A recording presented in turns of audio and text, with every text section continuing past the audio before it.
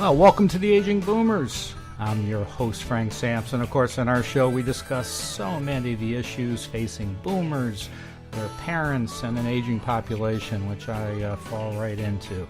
I want to remind everybody that today's show is sponsored by Senior Care Authority, a senior placement and elder care consulting organization that has a national network of professionally trained and experienced local advisors to assist families. They'll work with you in determining the right path for you or your loved one and discuss various long-term care options, whether it's in-home care, assisted living, memory care, or if you just need an advocate to get some advice from you could contact Senior Care Authority at 888-809-1231, or you could go directly to the website at www.seniorcareauthority.com.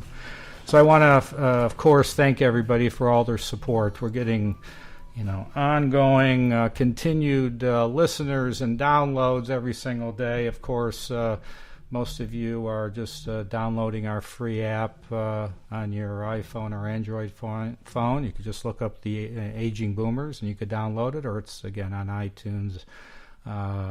You could do it on your Android phone, iPhone, etc., or you could go directly to theagingboomers.com. So again, thank you for all your support. And of course, we got another wonderful guest today, and this one, somebody I've been following for quite some time now. Steve Moran is a celebrated publisher, writer, and speaker, is known for his passion and commitment to the field of senior living, close to my heart. Through Senior Housing Forum, an extremely popular blog in our field, he takes on the tough topics that many others don't like to touch. More importantly, he elevates our field by talking about the positive contributions individuals and organizations are making to improve the lives of elders and team members. So, Steve, thank you so much for joining us on the Aging Boomers today. Really appreciate it. Frank, I'm glad to be here. Yeah, no, it's great. I've been following you for years. I hope others, after they hear this interview, if they're not following you, they will. So tell us a little bit, kind of how you got into the industry and how you started your blog. Tell us a little bit more about that. Sure. Well, I actually started in the industry, I guess like a lot of people, sort of on accident. I was selling real estate. I was in my early 20s, and I had a friend who bought a small 15-bed residential care facility here in California. And he started telling me about it. And at first I couldn't figure out how the numbers made any sense. But then I started playing with it and talking to him and doing some research. I thought, oh, that's a pretty good investment. And I sort of hate to confess this, but it was mostly just about maybe I can get really rich doing this. So I found a building to buy, and it was pretty terrible. I'm kind of embarrassed that I owned it and ran it the way I was, but I was young and didn't have enough capital and just didn't understand it, and I was pretty selfishly motivated. Went on to build a few more buildings, but the sad tale is that I was undercapitalized, and probably more importantly, I wasn't as smart as I should have been. And so it all kind of came crashing down, and I was a complete failure. But I used that to go to work for a company out of Beverly Hills that was developing larger communities, and I got a lot smarter, a better understanding of the industry. And I really thought that was going to be kind of my path, but I ultimately got an opportunity to go to Silicon Valley. And this was during the amazing dot-com boom where there were 100 new millionaires every day, and I wanted to be one of those. I had a family member who was working there. So I got a job there. Turns out my timing wasn't very good, though, because I got there just a few months before the big crash. Kind of made an okay living there doing that, and didn't really like it very much. And then about 8 years ago, my wife and I, we were living in the Bay Area, and we decided that we really wanted to make a transition. I live in the Sacramento area today. We wanted to move back up to Sacramento. We had grandkids there. And I thought, if we're going to do this big life transition, I think I'm going to see if I can get back into the senior living industry. And so I went to work for a company that was selling emergency call systems, or help I can't get up systems inside senior living communities. But along the way, I discovered that I could write and that I had crossed paths with a guy in the technology space who had started a blog in the industry and turned it into this nice little business. And honestly, when I first started, the idea was really just to help me get in to meet leaders to sell call systems. But as I started publishing, people started reading it, and it became more and more editorial, and I started tackling harder topics, tougher topics, and it really resonated with people. And I started getting this feedback from people saying, you're really helping us be better operators. You're helping us think about things that nobody else is helping us think about. You're helping us serve residents better. You're helping us serve team members better. And so after about 18 months, I decided to go out and see if I could find a few sponsors. And I wandered around a trade show one afternoon and walked away with 4 sponsors. And I thought that was pretty cool. And about 8 months later, I had 8 or 9 more people who kind of came to me and said, hey, we'd like to be a part of this. And I had a full-time job, so I quit my day job and became a full-time publisher and blogger. And today we publish 1 or 2 articles 5 days a week, and our goal is to help operators serve seniors better, to serve their team better, to serve the local marketplace. Probably more than you wanted to know, huh? No, that's great. That's great. So is your, I'm one of your, I'm an audience. I'm I listen to your, read your blog and all of that. It's very informative. But would you say that most of the people that go onto your blog are in the industry, or you have also people who, might be looking for assisted living for their loved one? Who's your audience? Yeah, so the primary target is people who own and operate senior living communities. And this goes anywhere from very large, 100, 200, 300, 1,000 residents, down to folks who run a 6-bed, here in California, we call board and care type community.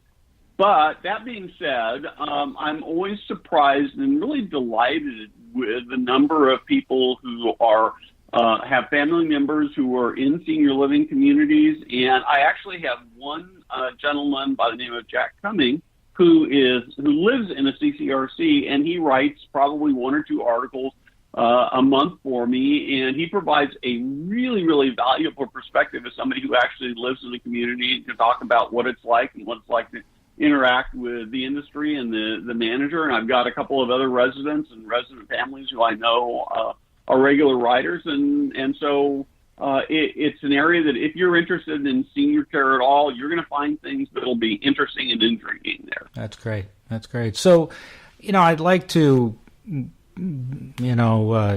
take advantage of your knowledge. Obviously you are in touch with people in the industry and kind of maybe see some trends and, with our audience and the aging boomers, name of our show, as the boomers are aging, they're thinking, I'm not going to stay in, one of those places, but things are changing quite a bit, as we both know. So what do you see as happening to try to meet the needs of the boomers that are aging in the future? What are they gonna see as it relates to senior living?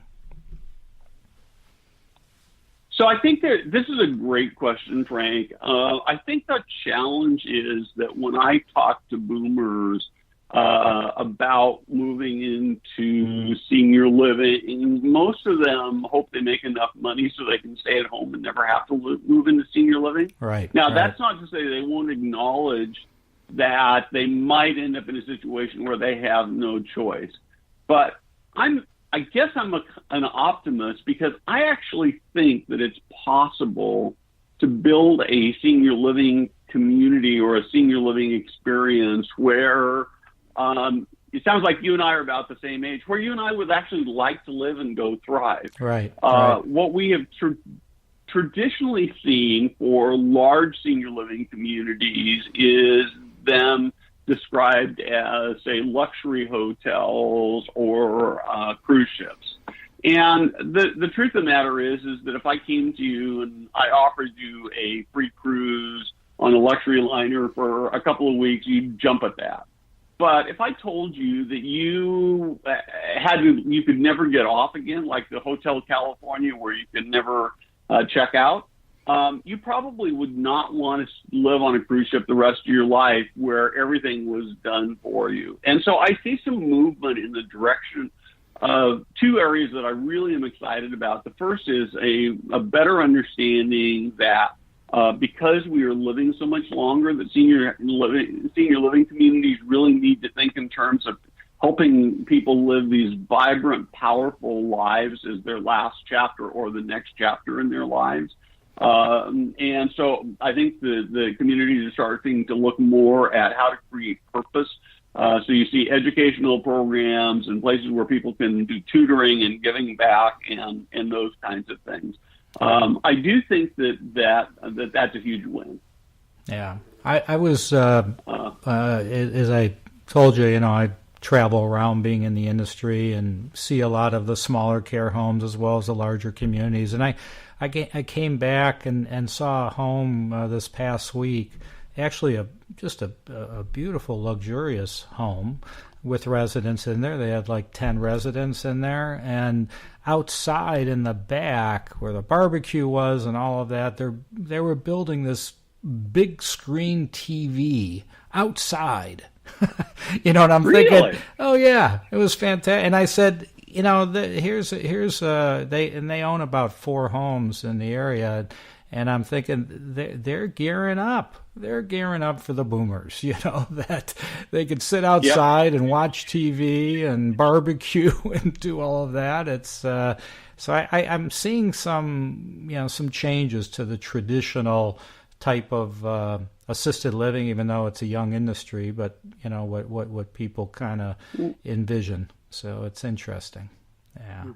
Well, one of the things one of the great opportunities I think the industry has in front of it is that back in, say, the late 1800s and early 1900s, there was this mini explosion of sort of health and wellness sanitariums across the country, where many, sort of like the spa, maybe even like the spa movements today, but people who were oftentimes very wealthy and prominent would come and they'd learn how to eat healthier, and they'd actually go in because they had bad lifestyle habits, in not very good shape, both mentally and physically, and they'd go through a few weeks to a few months, and they'd actually come out with more energy and more vigor and more life.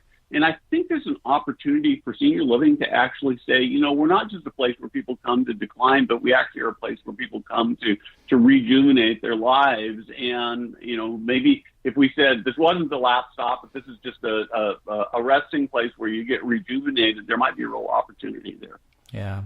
So I think what you described is really cool. Yeah. I mean, from a business perspective, I'm seeing, again, without looking at any statistics at all, I'm seeing kind of in many areas around the country, kind of an oversupply right now of rooms, of beds in assisted living. I mean, are you seeing that? Is that a concern, hopefully, or is it just people are just getting ready for the silver tsunami? What are you seeing? Well, so it's a great question. There's an organization called NIC, National Investment Centers, and they work to provide data and to match up capital providers and operators, and they put out quarterly statistics on occupancy. And actually, we just published an article about that today. But the occupancy is continuing to slide in a downward trend. And so I think that people are watching that. But of course, developers are always optimistic. But I think in a very real sense, it's such a local business that there are really two things. It's a local business. And so there are people who are operators who can go into even crowded markets, and because they're doing things a bit differently, or maybe they'll find a market that isn't impacted because most of the construction happens in less than about a dozen marketplaces right now. So I think people are watching it and a little bit nervous about it. I think that the good news is that I don't know whether it's fair to say that it's good news that we'll probably see some failures of senior living communities, but I think the reason that may be good news for the consumers is that those buildings will end up being repriced and will become better values for the consumer. These will be particularly older buildings that, and I think, because I do think that that's, we were talking about trends. I think one of the big issues that we still face is that particularly on the enterprise size buildings, really have not figured out how to serve sort of moderate income folks. It's mostly a luxury product, and I know you need to say when you want to talk about it, but I think that's one of the places where the small 6 beds really provide an advantage. So. Yeah, I actually, it was a great lead-in. I know that I read one of your blogs where you kind of went through this personally with family members. I can't remember if it was your mom, but why don't you talk about that a little? I know that we refer to the 6 beds because we're both in California, and that's pretty common, but it varies from state to state. Some states you see 10 beds, some states you see 4 beds is more common, but it's the same idea where it's literally a house. It's a house in the middle of a neighborhood that's licensed by the state and provides some great value, I think, in many cases. But why don't you talk about that a little bit? Sure. So my mom had, I guess it's been 2 years ago, she had a stroke. And she didn't have the paralysis or the lack of speech, but she sort of just lost her passion for life. She was comfortable just staying in bed, and her husband was still working, and she had caregivers during the day, and then he would care for her, and then he had a heart attack. And so I brought my mom to my house. She was down in the Bay Area, and we had caregivers in for a few hours a day, and then my wife and I took care of her. And she ultimately ended up and got weaker and ended up in the hospital. And so after about 12 days in the hospital, they'd done all they could for her, and we knew that she couldn't really come home and that we needed an assisted living or board and care type of situation. But because she was eligible for some Medicare days for rehab, we thought it might get her stronger. And so I went, being the expert, I went out searching for a nursing home for her to get rehab. I looked at 4 nursing homes. I picked the one that I thought was best. And I will confess to you, I did a horrible job. It was a horrible experience. After 6 days, I realized that this nursing home that looked good in the daytime was horrible at night, and actually was horrible even in the daytime, and she was being neglected. And so we made the decision to move her out. And I looked at a couple of large assisted living buildings, but what she was essentially bedbound, and so she didn't need a lot of the activity programs, or they wouldn't have been appropriate for her. What she mostly needed is a lot of hands-on care. And I was familiar with a young man in the Sacramento area who had some very, very nice private pay 6-bed communities. And so I called him up and said, hey, if you got a bed, I'd like to put my mom in. And we went over and we took a look at it, and we moved her in there, and it was exactly as you said. It was a home. It was a very nice home. They had 2 staff members on 24 hours a day. They would they fed her the things that she liked, and they could accommodate her needs. And my stepfather would go over and spend 2 or 3 or 4 hours with her every day, and they would feed him the things that he liked and have the right drinks for him. And they both became very close to the staff members there. And she was there for about 8 months until she passed away this last August. And it was a terrific experience. So I was really so I love the large enterprise communities. I think they serve a lot of people very, very well. But there's some people who are really served best by the small 6-bed or 10-bed, but the sort of the houses that have been turned into senior living. Yeah. No, I think you said it right. I think there's a place for both. And Yep. people ask me, well, which one do you think's better? Well, it's not that, it depends on the person. What's good for one may be different for the other. So I think it's important for our listeners to understand that there's a lot of great options out there. So it's a matter of looking at those options and doing what's right for your loved one. So that's great. And the other thing I would add, and as you know, because you're in the business, but as you know, sometimes it's an economic issue. In our particular case, we had adequate finances that we could have done either one. But for my mom's, what was best for her was the board and care. But I know I've had a number of friends who have gone the smaller 6-bed route because they could get great care for $2,000 or $3,000 a month less than they could in a large sort of enterprise level senior living community. So it's, as you know, there's just a ton of factors, and you really got to figure out what works best for your family and your economics and all those kinds of things. Yeah. Great. So what's kind of your hope? I mean, you talk to providers regularly, and what do you hope over the next, few years, 3, 5 years, 5 years?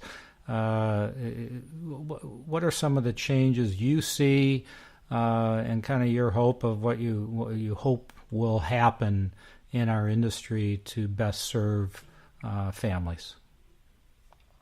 I would love to see senior living communities or operators look around out there and say, what can I do? How can I reinvent senior living so that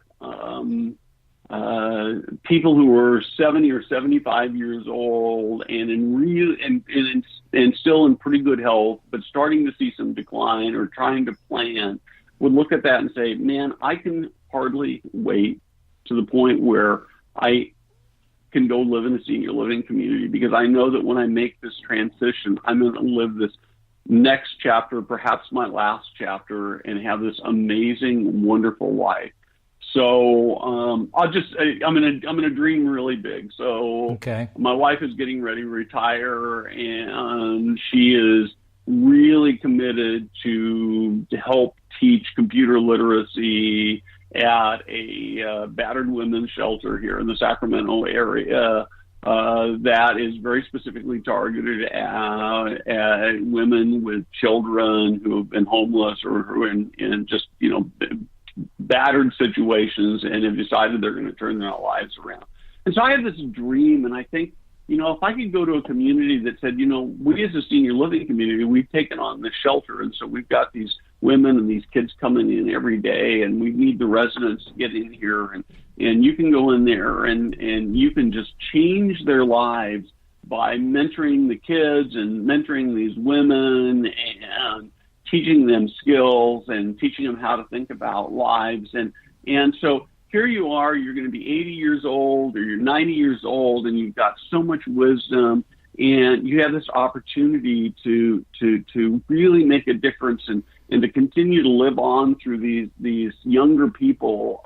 That to me would be the dream. I know that's not it for everybody. Sometimes it might be education. I think that people, I don't want to cast my value judgment. There may be people who would love to live on a cruise ship for the rest of their life.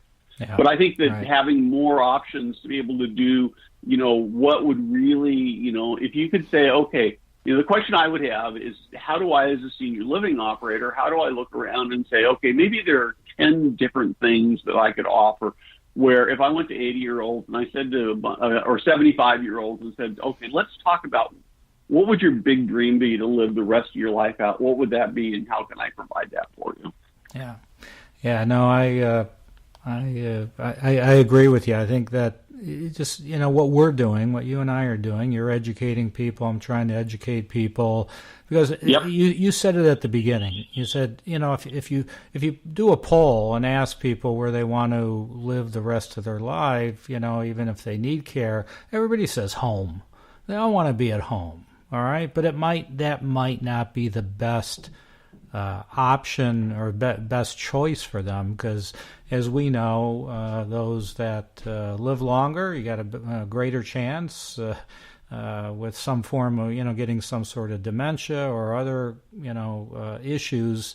And being at home alone in front of the TV all day may not be the best option. So there's a lot of great options out there, and I think if we could change the thinking that that people think if they aren't at home, then they go into nursing, and that's so not true anymore. There's some great options that are in between. So I think you're doing a great job in trying to educate people with those types of options. So I really appreciate your thoughts there. That's great.